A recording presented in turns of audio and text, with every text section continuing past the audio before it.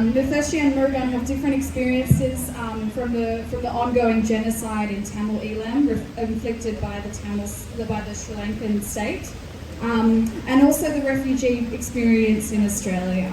And they want to voice out the urgency for the Australian government to provide permanent protection for all refugees, and to call on the Sri Lankan government to end the ongoing genocide in Tamil Elam. And they want to show solidarity and call for an end to offshore detention, and to end the Immigration Assessment Authority and an end to detention. So I'll hand over to them. Thank you. Vanakkam. Before we begin the speech, we will start by acknowledging the traditional custodians of the land we are on. This is stolen Aboriginal land. Sovereignty was never ceded, and it always was and always will be Aboriginal land. We pay our respects to elders past, present and emerging, and recognise that Australia was founded on the genocide and dispossession of First Nations people. In 2009, thousands of people fled from Tamil Elam so they could be ensured a secure and safe life away from the ongoing genocidal actions inflicted by the Sri Lankan state. The genocide since 1948 has caused millions of people to flee, and many families and individuals slaughtered in the no-fire zone in Mullawaikal that occurred at the peak of the genocide in 2009. Since 1948, there has been no accountability from the Sri Lankan genocidal state. The no-fire zone was the place where the Sri Lankan government herded Tamil people into specific areas without their understanding that in countless days they would be the victims of a horrendous massacre. Images and sounds of bombs being thrown at people. People being killed in front of their eyes is what we think of when we hear the year 2009.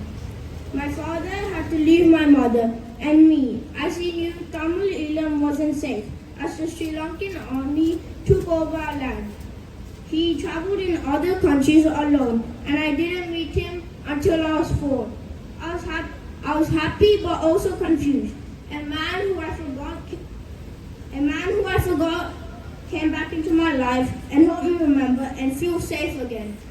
A father who I did not have, but even now refugees to this day are left with single parents, as unfortunately there are many who have lost their parents due to genocide and persecution.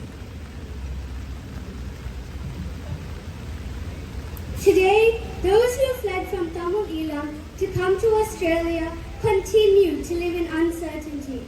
Although there are many families who live in Bilowella, like Priya and Nadesa's family, who are fortunately granted a permanent residence visa. This is great. However, the Australian government has completely disregarded the fact that there are so many other families who are on the verge of being deported back to Sri Lanka and other nations which are dangerous.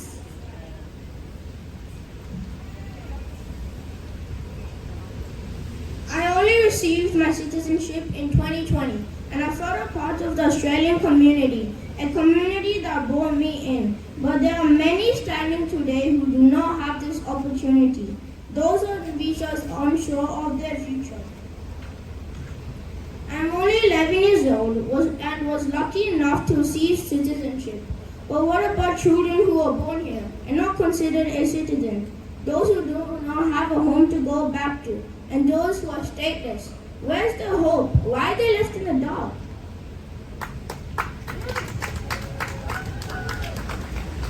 These families like mine, being refugees, struggle with numerous day-to-day unfair issues.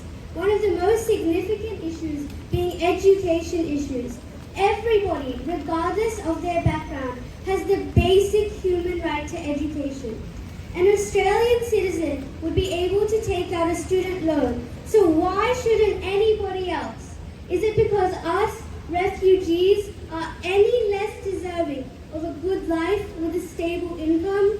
Or is it because refugees are from another country? Refugees pay more money in taxes than citizens. yet they are being denied a basic human right.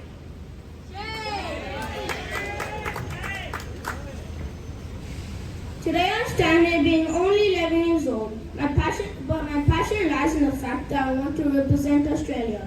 Hakeem Al-Araibi is a refugee who played for a team in Australia, and Craig Foster helped him during his detention in Thailand, which was unlawful. He explained the harsh living conditions of refugees being kept in detention for a series of time that can affect an individual's health, both mentally and physically. Like Nithurshi has said, refugees provide support to our Australian community. I myself want to represent Australia as it is home, and I know that those standing here want to also provide fully and be capable to live comfortably in their new home. We should not pick and choose who should stay after they have suffered for 12 or more years under the cruel refugee system. A month ago, it was announced that people with TPV and chef visas would be able to apply for a Rus visa. Yet this change has done nothing for the rest of the refugees who have to deal with a variety of issues being refugees. Some other issues that refugees have to deal with are mental health issues. Refugees having to deal with their immigration status problems develop many mental health issues which they shouldn't have to endure. But what about those who fled at the age of 15 or even younger? At that age, kids don't understand what life means, and yet thousands of kids left their homelands seeking safety, and the government treated them like adults. They stand with us today, especially in the Tamil community, being almost 25 or 26 years old, and their case is now in the court without any hope. Why has the government done this? The government helped 2 Tamil kids, but what about the other kids now?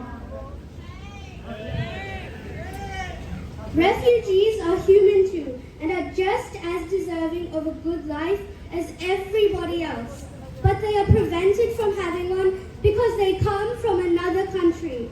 How is this even remotely fair? Refugees have been mistreated for decades, and we need to see a change.